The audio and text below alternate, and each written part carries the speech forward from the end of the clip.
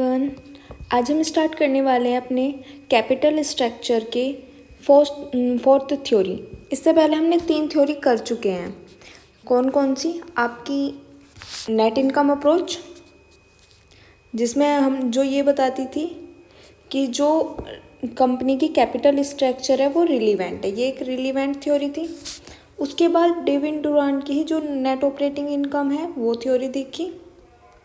वो कहती थी इरिलीवेंट होती है, मतलब कंपनी की कैपिटल स्ट्रक्चर, फर्म की कैपिटल स्ट्रक्चर का फर्म की वैल्यू पे कोई भी इफेक्ट नहीं पड़ता। नेट इनकम अप्रोच भी डेविड डुरांट की थी। उन्होंने कहा कि फर्म की जो कैपिटल स्ट्रक्चर है उसका फर्म की वैल्यू पर इफेक्ट पड़ता है। लेकिन फिर उन्होंने दूसरी अप्रोच दी, नेट ऑपरेटिंग इनकम अप्रोच, जिसमें उन्होंने बताया कि फर्म की कैपिटल स्ट्रक्चर का फर्म की वैल्यू पे कोई इफेक्ट नहीं पड़ता। तो इन्होंने दोनों तरह के व्यू दिए। फिर हमने देखी ट्रेडिशनल अप्रोच। ट्रेडिशनल अप्रोच में हमने क्या देखा कि जो इसमें बताया गया, मतलब मिडल अप्रोच थी नेट इनकम और नेट ऑपरेटिंग इनकम की, कि एक लिमिट तक तो फर्क पड़ता है कि कैपिटल स्ट्रक्चर का फर्म की वैल्यू पर, उसके बाद पढ़ना बंद हो जाता है और वो वैल्यू इंक्रीज़ होने की जगह डिक्रीज़ होने लगती है। मतलब क्या होता है कि इसमें कॉस्ट कंप्यूट करते हैं। अगर फर्म की कॉस्ट कम है, कॉस्ट ऑफ कैपिटल, तो फर्म की जो वैल्यू ऑफ फर्म है ना वो ज़्यादा होगी। इनके बीच इन्वर्स रिलेशनशिप होता है। तो इसमें कहते हैं ट्रेडिशनल अप्रोच में कि एक लिमिट तक तो डेब्ट के यूज़ से फर्म की वैल्यू कम होगी, लेकिन उसके बाद डेब्ट का यूज़ इक्विटी होल्डर का रिस्क बढ़ा देगा, जिससे कि उसकी वैल्यू बढ़ने लगेगी, फर्म की वो कॉस्ट बढ़ने लगेगी और वैल्यू कम होने लगेगी। ओके, कुछ इस तरह से फर्म की वैल्यू। तो हमने ये तीनों थ्योरीज देख ली। आज हम MM थ्योरी देखने वाले हैं, मोदिग्लानी मिलर मॉडल। ये एक बिहेवियरल जस्टिफिकेशन थ्योरी है। किस चीज़ की जस्टिफिकेशन करता है? नेट ऑपरेटिंग इनकम अप्रोच की। ओके, और वो नेट ऑपरेटिंग इनकम में क्या कहा गया है? कैपिटल स्ट्रक्चर इरिलीवेंट होती है। अब जिस बच्चे ने इससे पहले वीडियो देख रखी है उसे तो पता होगा कि कैपिटल स्ट्रक्चर होती क्या है। जो बच्चा नया है वो इस वीडियो को देख रहा है तो वो समझ ले, कैपिटल स्ट्रक्चर आपके इस टॉपिक में, कैपिटल स्ट्रक्चर का मतलब आपके इक्विटी और डेब्ट का यूज़, आप कितना प्रोपोर्शन इक्विटी का यूज़ कर रहे हैं और कितना डेब्ट का, अपना फंड रेज करने के लिए अपनी कैपिटल में। कैपिटल क्या होती है? कंपनी के पास जो भी फंड होता है जो कंपनी के पास इन्वेस्टमेंट करने के लिए है, ना कि कंपनी के छोटे मोटे एक्सपेंसिव, कंपनी के लिए प्रोजेक्टों में इन्वेस्ट करने के लिए जो भी फंड है वो कंपनी का कैपिटल कहलाता है। अब वो उससे एसेट परचेज कर रहा है तो वो भी एक तरह का इन्वेस्टमेंट ही है। तो ये फंड आपका कैपिटल कहलाता है। और यहाँ पे सिर्फ 2 ही फंड की है, तो और भी वो मैंने आपको कॉस्ट ऑफ कैपिटल में बता रखे हैं। लेकिन जो आपका इस वाले चैप्टर में इक्विटी और डेब्ट पे फोकस किया जाता है कि या तो ओनर की कैपिटल होगी या आप पर्सन ने बोरो कर रखी होगी, तो इन दोनों की बात की जाती है। तो देखते हैं हमारी जो MM थ्योरी है उसमें क्या कहा गया है। तो आपकी MM थ्योरी ना, मोदिग्लानी मिलर थ्योरी या अप्रोच या मेथड, जो भी आपको बोलना है, ये एक बिहेवियरल जस्टिफिकेशन है नेट ऑपरेटिंग इनकम का। इसका मतलब ये भी कहती है कैपिटल स्ट्रक्चर इरिलीवेंट होती है वैल्यू ऑफ फर्म के लिए, मतलब कैपिटल स्ट्रक्चर का फर्म की वैल्यू पे कोई भी इफेक्ट नहीं पड़ता। लेकिन इन्होंने प्रैक्टिकली समझाया भी है और इसका पूरा जस्टिफिकेशन दिया है। तो यहाँ पे क्या होगा आपका MM थ्योरी में 2 सिनेरियो लेके चलेगी। एक तो कहा कि वो सिचुएशन जब टैक्स नहीं है, एक में इन्होंने अजम्पशन ली कि यहाँ पे टैक्स का कोई भी इफेक्ट नहीं होता हमारे कैपिटल स्ट्रक्चर पे, और दूसरे में लिए कि इफेक्ट ऑफ टैक्स है। तो एक में टैक्स की इफेक्ट कैंसिल कर दिया, एक में कहा टैक्स का इफेक्ट है। तो दोनों में लेकिन इन्होंने एटलीस्ट यही कहा, लास्ट यही कहा कि फर्म की कैपिटल स्ट्रक्चर का फर्म की वैल्यू पर कोई भी इफेक्ट नहीं पड़ता। जो आपकी बिना टैक्स की है उसे तो इन्होंने ऐसे समझाया कि जैसे हम वो लेते हैं इक्विटी, वो डेब्ट का प्रोपोर्शन बढ़ाते हैं तो उससे इक्विटी होल्डर का जो है रिस्क बढ़ता है, जिससे कि उनकी कॉस्ट बढ़ जाती है। और इक्विटी की कॉस्ट बढ़ने से जो डेब्ट ने कॉस्ट में कमी करी थी कैपिटल की, वो नलीफाई हो जाती है, मतलब उसका इफेक्ट कैंसिल हो जाता है। तो ओवरऑल कॉस्ट कांस्टेंट रहती है। लेकिन टैक्स इफेक्ट में क्या कहा कि टैक्स इफेक्ट में जो टैक्स है, हमें डिबेंचर पे जो इंटरेस्ट पे किया है उस पे जो टैक्स का हमें डिडक्शन मिला है वो कॉस्ट के लिए मतलब प्रॉफिट है फर्म की वैल्यू के लिए, फर्म की वैल्यू वो बढ़ाता है क्योंकि उसने टैक्स कम कराया हमारा। तो टैक्स कम हुआ तो मतलब एक तरह से कॉस्ट ही कम हुई, तो कराता है। लेकिन वो फर्म की वैल्यू कम तो हो जाती है, वो कॉस्ट कम तो हो जाती है टैक्स इफेक्ट से, बट आर्बिट्रेटरी प्रोसेस की वजह से क्या, आर्बिट्रेटरी प्रोसेस की वजह से ये इफ़ेक्ट नल हो जाता है और ओवरऑल फर्म की जो कॉस्ट होती है वो कांस्टेंट होती है। अब ये जो आर्बिट्रेटरी इफ़ेक्ट है या प्रोसेस है, ये ऐसे होता है जहाँ पे कॉस्ट कम होती है प्रोडक्ट की। जो वूल सेलर या पर्सन है वो इसका मतलब इसका बेनिफिट उठा लेते हैं कि हाँ एक प्लेस पे कॉस्ट कम है, दूसरी जगह कॉस्ट ज़्यादा है, तो जहाँ पे कॉस्ट कम है, जहाँ पे प्राइस कम है वहाँ से परचेज़ करते हैं, और जहाँ पे कॉस्ट ज़्यादा है वहाँ पे बेच देते हैं, तो वो ये बीच का मार्जिन अर्न कर लेते हैं। तो इस आर्बिट्रेटरी प्रोसेस के कारण अल्टीमेट कंज्यूमर पे वो ही रेट जा रहा है जो अदर फर्म के प्रोडक्ट का जा रहा है। तो ये इसकी कॉस्ट के कम होने के इफेक्ट को नल कर देता है आर्बिट्रेटरी प्रोसेस। तो इसमें ये बताया। अब हम दोनों सिचुएशंस को देखते हैं। देखो क्या बताया इन्होंने, अब आपको समझने में भी आसान होगा क्योंकि हमने इसके बारे में ऑलरेडी काफ़ी कुछ डिस्कस कर लिया। तो जो आपकी मोदिग्लानी मिलन अप्रोच है is identical with the net operating income approach if tax are ignored. When corporate tax are assumed exist, their hypothesis similar net income approach. इन्होंने कहा कि देखो नेट इनकम अप्रोच में क्या कहता है, रिलीवेंट है, और नेट ऑपरेटिंग इनकम में इरिलीवेंट है। तो ये कहा अगर टैक्स इफेक्ट लेते हैं तो नेट ऑपरेटिंग इनकम को ये सपोर्ट करता है, और अगर टैक्स इफेक्ट नहीं लेते हैं तो नेट ऑपरेटिंग इनकम को सपोर्ट करता है, और अगर टैक्स इफेक्ट अज्यूम करते हैं तो नेट इनकम अप्रोच को के सिमिलर होता है। लेकिन मैंने बता दिया नेट इनकम अप्रोच मतलब वहाँ पे फर्म की वैल्यू बढ़ती तो है, रिलीवेंट तो होता है, लेकिन आर्बिट्रेटरी प्रोसेस की वजह से इरिलीवेंट हो जाती है एट द लास्ट। तो फर्स्ट सिचुएशन, जब कॉरपोरेट टैक्स वो करा हमने, Modigliani Miller theory in absence of corporate tax. तो अब हम बात कर रहे हैं कॉरपोरेट टैक्स की एब्सेंस में क्या बताया हमारे इकोनॉमिस्ट ने। तो इन्होंने कहा कि absence of corporate tax MM approach similar to net operating approach. In other words, according to this approach, value of the fund independent of its capital structure. However, there is basic difference between two. Net operating income is purely conceptual. It does not provide operational justification for irrelevance of capital structure in valuation of the firm. हाँ, उसने कोई भी operational justification नहीं दी। Will MM approach support the net operating approach, providing behavioral justification for the independence of the total valuation and the cost of capital of the firm from the capital structure? The reason argue is that through debt is cheaper of equity. Debt cheaper होता है equity से.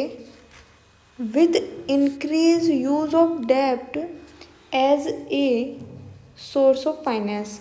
जब हम डेप्ट को एक source of finance के साथ increase करते हैं डेप्ट के प्रोपोर्शन को, कॉस्ट ऑफ इक्विटी इंक्रीज, मैंने बताया कॉस्ट ऑफ इक्विटी इंक्रीज हो जाती है क्योंकि इक्विटी होल्डर का रिस्क बढ़ जाता है कि भाई वो डिबेंचर अपने डेप्ट का भुगतान करेंगे नहीं करेंगे, अगर उन पे नहीं होने का तो कंपनी लॉस में जाएगी और लॉस में जाएगी तो उन्हें कोई प्रॉफिट मिलना ही नहीं।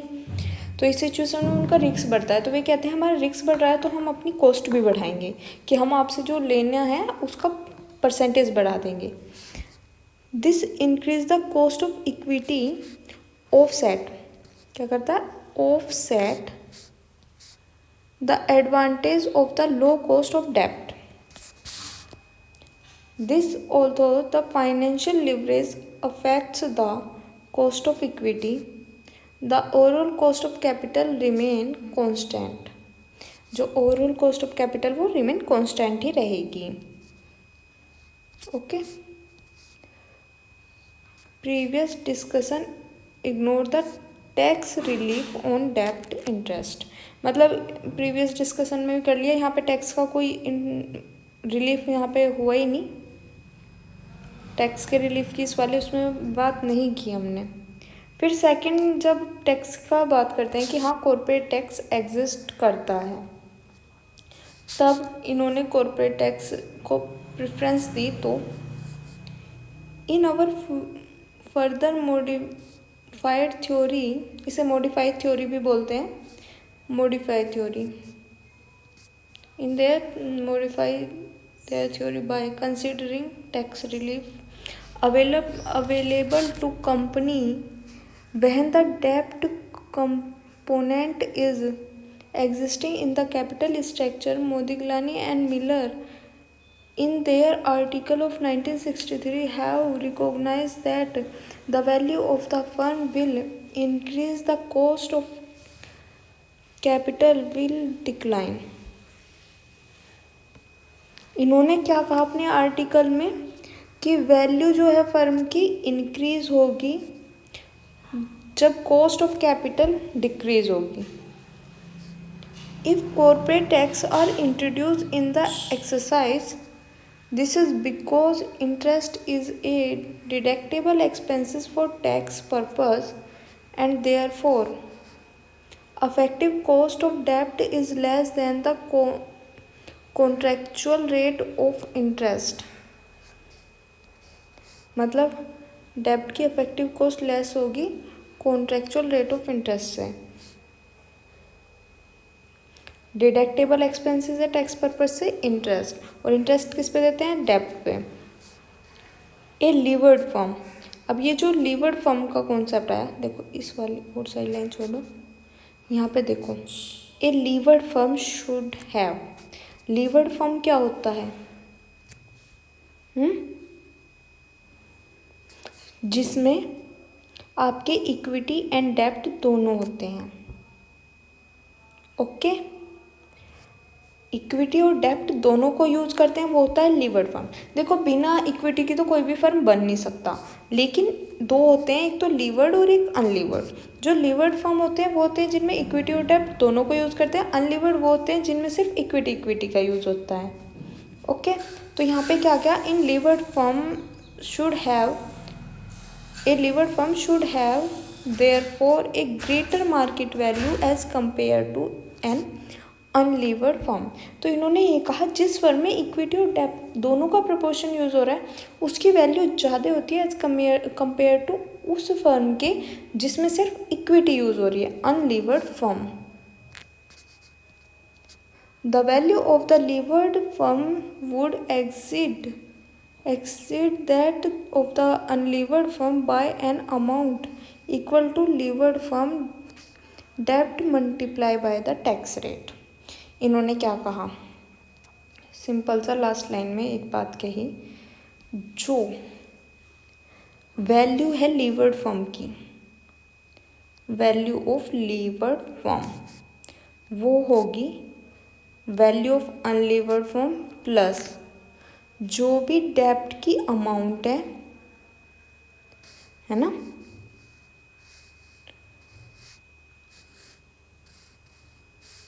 Firm amount equal to levered firm के डेप्ट के मल्टीप्लाई बाय टैक्स रेट। ये हो गया आपकी किसकी, लीवर्ड फर्म की वैल्यू। आगे ये वाला फॉर्मूला भी दे रखा है, तो ये इतनी बढ़ गई ना। देखो अनलीवर्ड फर्म की तो सिर्फ इतनी थी, अब लीवर्ड फर्म में ये भी रहेगी और डेप्ट मल्टीप्लाई जो टैक्स का रेट है ना वो भी होगी।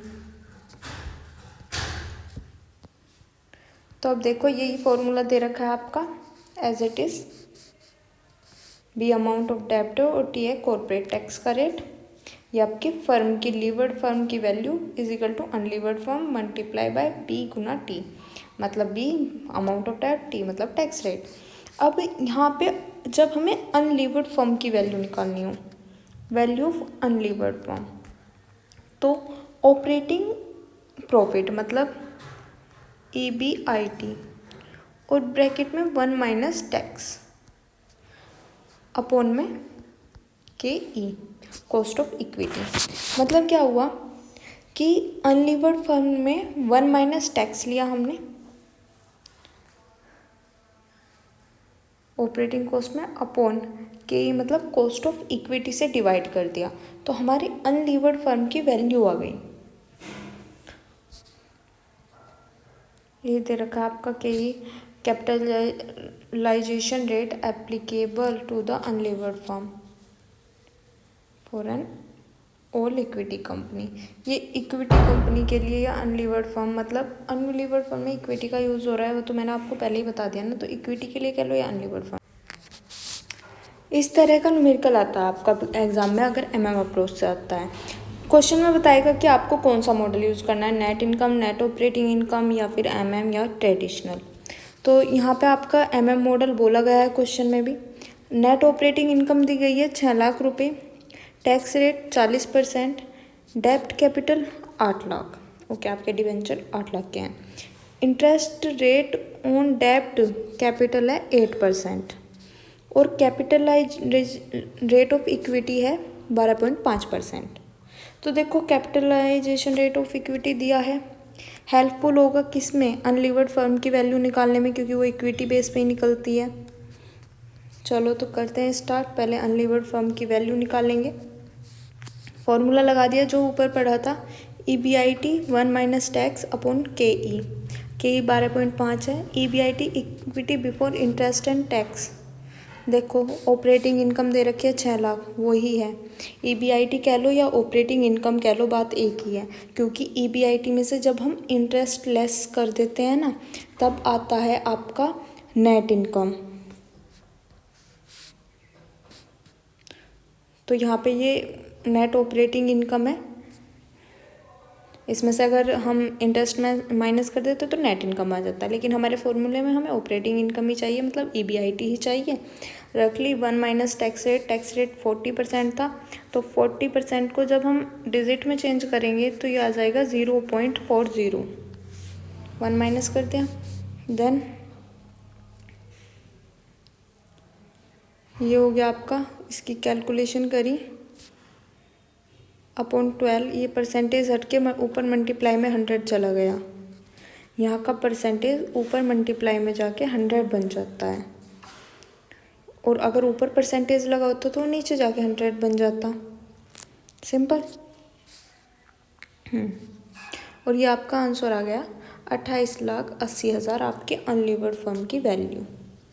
अब हमें निकालनी किसकी है, लीवर्ड फर्म की वैल्यू, वो भी राजा लिमिटेड के, विच यूज़ 8% डिवेंचर 8 लाख के। फॉर्मूला जो ऊपर पड़ा था, अनलीवर्ड फर्म की वैल्यू निकाल चुके हैं, बी गुना टैक्स रेट। अब अनलीवर्ड फर्म की वैल्यू प्लस बी 8 लाख के डेप्ट और टैक्स रेट कितना है 0.40, टैक्स रेट 40 था ना, तो 0.40 कर लो या 0.4 कर लो, एक ही बात है।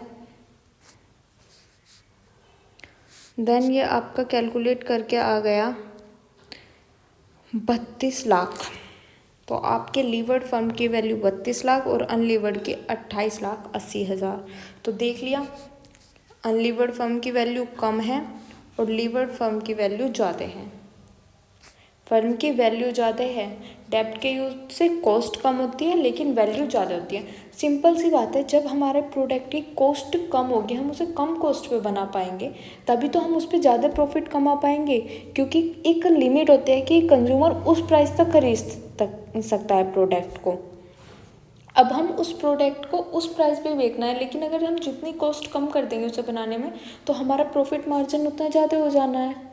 तो प्रॉफिट मार्जिन ज़्यादा होना है तो हम अर्न ज़्यादा करेंगे और इन्वेस्ट ज़्यादा करेंगे, तो हमारी फर्म की वैल्यू बढ़नी है। तो सिंपल सी बात है, यहाँ पे फर्म की वैल्यू घट गई और यहाँ पे फर्म की वैल्यू बढ़ गई, क्योंकि यहाँ पे कॉस्ट कम हो गई थी। ओके, तो आई थिंक आपको ये क्वेश्चन समझ में आ गया होगा बच्चा। Thank you so much for watching my video. अगर अच्छा लगा तो चैनल को सब्सक्राइब करना। Thank you.